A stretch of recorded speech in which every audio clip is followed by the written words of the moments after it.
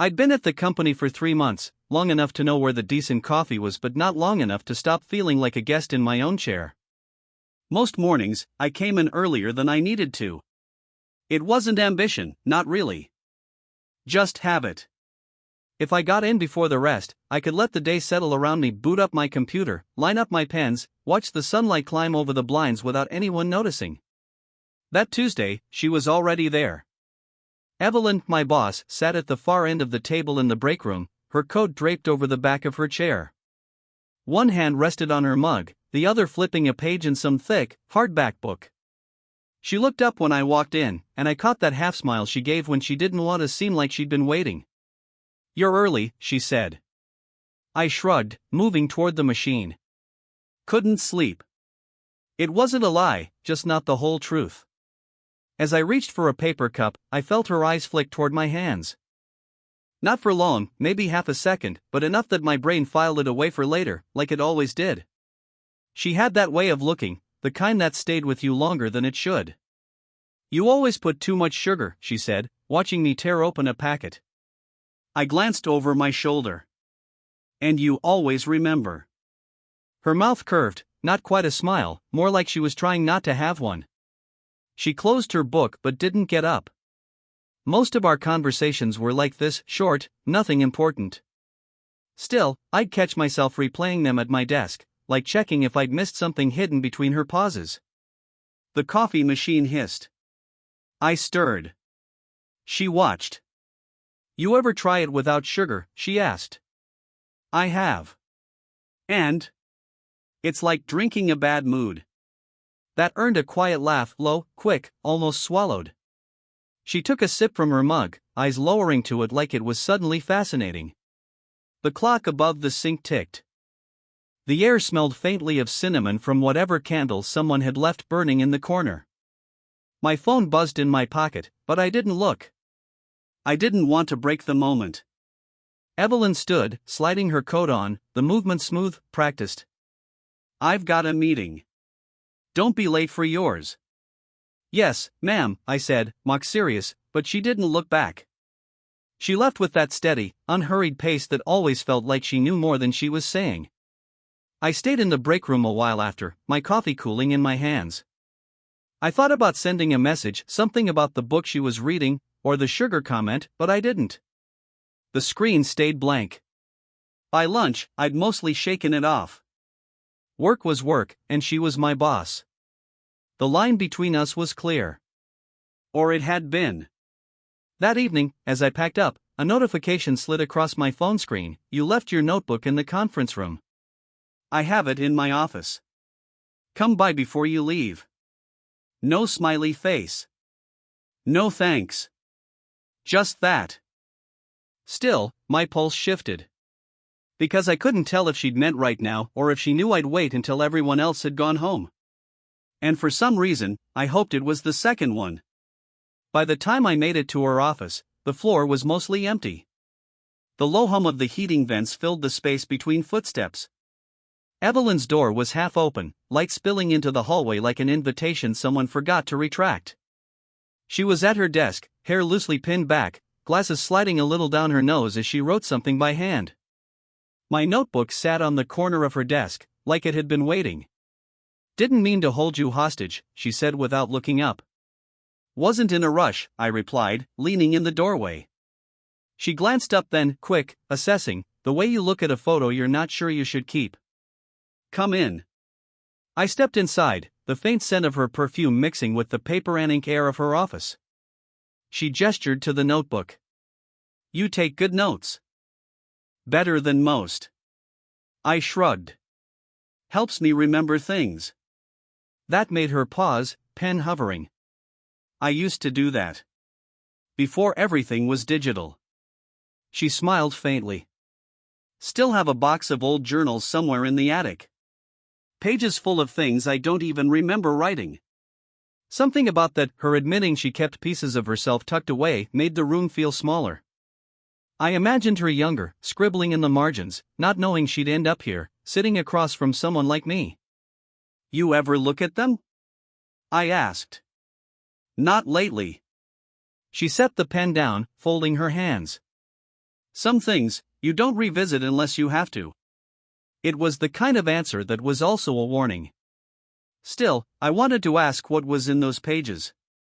Instead, I said, I used to write too. Stopped a few years ago. Why? I hesitated. Got tired of hearing my own voice, I guess. Her gaze lingered on me for a beat too long, like she was weighing whether to say something she shouldn't. That's a shame, she murmured. The silence after wasn't uncomfortable, just heavy in a way that made me notice the clock ticking on her shelf. I shifted my weight, wondering if I should leave. She reached for the mug beside her, tea, not coffee, and slid it closer to the edge. It's still warm. You can have it if you want. It was a small gesture, but in that moment it felt like something else entirely. I took the mug, our fingers brushing, barely, but enough that I noticed the way her eyes flicked down at the contact before she pulled her hand back. I sipped. Jasmine, light and slightly sweet. Thanks, I said. She nodded once, then glanced back at her papers like the conversation was over. But I didn't leave right away. I stood there, holding her tea, feeling the warmth seep into my fingers, knowing it wasn't just the tea I wanted to keep. Later, lying in bed, I couldn't remember what I'd done with the notebook. But I remembered the exact moment her fingers touched mine, and I don't know why that moment stayed with me. Maybe because it felt like someone finally saw me. We still spoke in the break room, passed each other in the hall, exchanged those clipped, ordinary words that meant more than they looked on paper. But there was something else now, like we were both standing near an open door neither of us had decided to walk through. Friday afternoon, she called me into her office again. Just a quick thing, she'd said. I stepped inside, half expecting the same familiar stillness. Instead, her desk was cleared except for 2 mugs, steam curling from both. You're early, I said. Her mouth twitched, the shadow of a smile. Meeting was cancelled. Thought we could finish that conversation from Tuesday. I sat, the chair's leather sighing under my weight. About writing?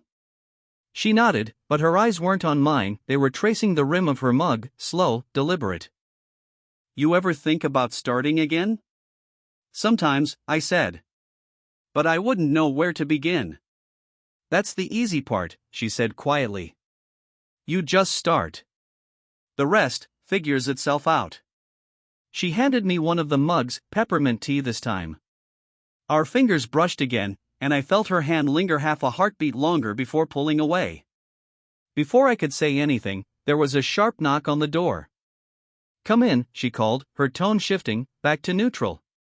It was Daniel from marketing, loud, oblivious, carrying a stack of folders. He barely glanced at me. Sorry to interrupt, Evelyn. Need you to sign off on these. I slid back in my chair, suddenly aware of how this might look. She signed quickly, handed them back, and Daniel left without a second glance. When the door clicked shut, she exhaled. Sorry. Where were we?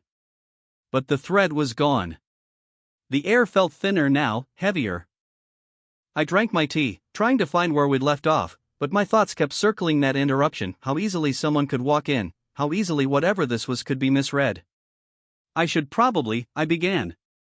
You don't have to, she said, not looking at me.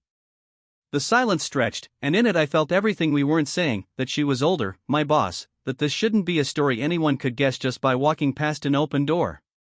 I set the mug down, slower than I needed to. Evelyn, she looked up then, and it was the closest we'd been to saying something real. Her eyes held mine for a long moment, long enough for me to notice the way her breath caught, the faint parting of her lips. If I'd leaned forward, just slightly, it would have been something else entirely. Instead, I stood. I'll see you Monday. Her gaze didn't follow me to the door, but I felt it anyway, warm, steady, and just far enough away to stay safe. We'd both stayed late, her in a meeting, me finishing a report that could have waited, but I didn't want to leave before she did. The building was almost silent, lights dimmed to a soft, tired glow. Outside, the parking lot shone under the street lamps, the asphalt slick and dark. Come on, she said, unlocking her car. You'll get soaked. The heater hummed as we pulled out, the windshield wipers clicking in a steady rhythm. She drove with one hand on the wheel, the other resting lightly on the gearshift. I kept glancing at it, wondering how much of this was just kindness, and how much was something else. We didn't talk at first. Just the sound of the rain, the occasional squeak of the wipers. Then she said, "I saw you with Claire today." It caught me off guard. "Claire from accounting?" She gave a short nod, eyes on the road. "You were laughing about something." "We were talking about her dog," I said. She showed me a video. A pause. "You seemed comfortable." Her tone was even, but something in it pulled at me. I almost smiled. "Are you jealous?" The wipers swiped once. Twice. She didn't look at me. "Don't start." The air in the car shifted warmer, heavier. I could hear my own pulse in my ears. "I'm not," I said. "I just didn't think you noticed things like that." She exhaled, the kind of breath that sounded like it had been held too long. "I notice more than I should." That was the closest she'd come to saying anything real. I wanted to press, to ask what exactly she noticed, but I stayed quiet. She pulled into a side street and stopped by a small park, the rain softening to a mist. The only light came from the lamps along the path, their halos blurred in the drizzle. "I shouldn't be here with you," she said finally. "It's not professional." I turned toward her. "Then why offer me a ride?" Her hands tightened on the wheel, then eased. She didn't answer right away. "Because," she said, "sometimes it's hard to do the right thing." We sat in that stillness, the kind that holds more than words could. My fingers itched to reach for hers, just to see if she'd pull away. "I don't want to ruin anything," she said softly. "You're not," I said. "Not yet." She looked at me then, really looked. And for a second, the space between us didn't feel impossible. Her lips parted, whether to speak or for something else, I didn't know. The wipers ticked once more. "Do you want me to stop noticing?" she asked. Evelyn didn't wait in the break room. She didn't linger after meetings. Her door, usually half open, was closed each time I passed. I told myself she was busy, quarterly reports, deadlines, whatever managers did when they disappeared into spreadsheets and conference calls. But by Wednesday, it stopped feeling like coincidence. At lunch, I caught a glimpse of her through the glass of the stairwell, speaking to a man in a dark coat. He was older, clean-cut, holding an umbrella still dripping from the rain. She was smiling in that polite but soft way she didn't use with most people here. They walked out together. I didn't ask. Not because I didn't want to know, but because I wasn't sure I'd like the answer. The next morning, she was back to her usual spots, break room, coffee in hand, but the air between us had changed. When I said good morning, she nodded, eyes already on the emails glowing on her phone. No tea. No small talk. No lingering. By Friday, I stopped trying. I came in later, stayed at my desk, told myself it was better to keep things clean. But then, late afternoon, she appeared at my cubicle, leaning just slightly against the divider. "You're quiet this week," she said. "Just giving you space," I replied, without looking up from my screen. She hesitated. "That's probably smart." I finally turned to face her. "Everything okay?" She looked like she might answer, then didn't. "I should get back." And she was gone. That night, I almost sent a message. Something simple, did I do something, but the words sat in the text box while I stared at them. It felt too needy. Too exposed. I deleted it. A week later, I found out from someone in HR that she'd taken a few days off. Visiting her daughter in college, they said, like it was nothing. I hadn't known she had a daughter. It shouldn't have mattered, but it did. Suddenly there was a whole part of her life I hadn't pictured, one that had no place for me. I spent the weekend trying not to think about it. Went for a run, cooked things I didn't really want, left my phone face down on the counter. Sunday night, I picked it up again. Drafted a message, "I hope you're okay." Simple, safe. I didn't send it. I didn't feel heartbroken. I fell paused. Like life forgot to finish the sentence. Monday morning, her office light was on when I arrived. I stood outside the door for a moment, hand hovering over the frame, ready to knock. Not her kitchen, the offices, lit only by the glow under the cabinets. Most of the building had gone home. Her coat was on the counter, sleeves folded in on themselves, like she wasn't planning to leave just yet. She looked up when I came in, and for a second, it was the same as before, just her, a mug in hand, the air between us unsettled. "You're still here," I said. Her lips curved, barely. "You too." I reached for a cup from the shelf, though I didn't really want coffee.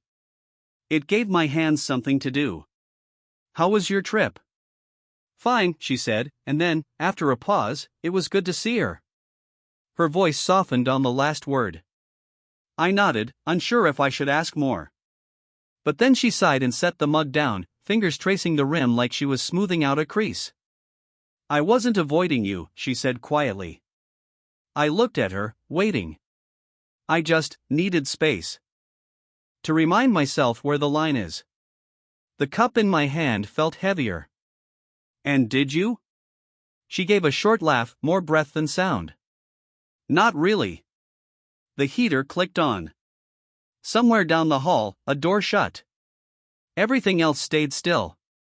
I took a step closer, enough to see the faint tiredness around her eyes, the way her shoulders eased when I didn't say anything right away. "You could have told me," I said. "Maybe," she murmured. "But then you'd think I was asking you to wait. And I can't do that to you." It landed heavier than I expected. "You don't get to decide what I can handle." Her gaze met mine, steady, searching, and I felt the weeks between us compress into the space of a breath. "If I say what I want to say," she said, "it changes everything." "Then say it." She shook her head slightly, but her eyes didn't leave mine. "You make this harder than it should be." The hum of the heater filled the space we didn't close. I thought of all the times I'd stood in a doorway, waiting for her to look up. All the mugs, the almosts, the pauses that felt like the beginning of something. "I'm not asking for forever," I said, my voice low. "Just for you not to look away right now." She didn't. It wasn't a kiss. It wasn't even a touch. But her shoulders dropped, and she let out a breath like she'd been holding it since the day we met. "Okay," she said. And somehow, it felt like more than enough. She'd still be in the break room some mornings, reading, her coat draped the same way. But now, when I walked in, she didn't hide the way her eyes stayed on me for a moment longer than necessary. Sometimes we'd leave at the same time. Not planned, not arranged, just both walking toward the door at 8:47 a.m. or locking up together after the hallways went quiet. It was never dramatic. There were no whispered declarations in stairwells, no rushed glances over conference tables. But we had our markers. A thermos of jasmine tea left on my desk when she knew I'd skipped breakfast. A sticky note tucked into her notebook with a half-joke only she'd understand. The line was still there, but it wasn't sharp anymore. More like something we both stepped over and back again without having to think about it. One Saturday, she asked if I wanted to walk. No reason, no occasion. We ended up at the small park where she'd stopped the car that night in the rain. The bench was dry this time, the light golden in that late afternoon way that makes everything feel like it's holding its breath. We sat without touching, watching people pass, a man jogging with his dog, a couple holding hands, kids dragging sticks along the fence. "You ever regret not saying something sooner?" I asked. She didn't look at me, but her voice was soft. "Sometimes. But then we wouldn't be here now." It was the kind of answer that didn't need a reply. We stayed until the air cooled, until the park lamps flicked on and the sky went a deeper blue. When we finally stood, she didn't step ahead. She matched my pace, her hand brushing mine once, not accidental, not entirely deliberate. By the time summer came, the routines we'd built felt natural. Coffee for me, tea for her. Short walks after long days. A shared glance in the middle of a meeting that meant later. It was never loud. That was the point. One morning, I caught her looking at me across the break room table, the steam from her tea curling between us. She didn't smile, not exactly, just held my gaze like she was memorizing it. What? I asked, half laughing. She shook her head. Nothing. But I knew better. And I thought if this was all it ever was, if the rest of the world never knew, it would still be enough. Because there are some things you don't need to explain. Not to anyone else.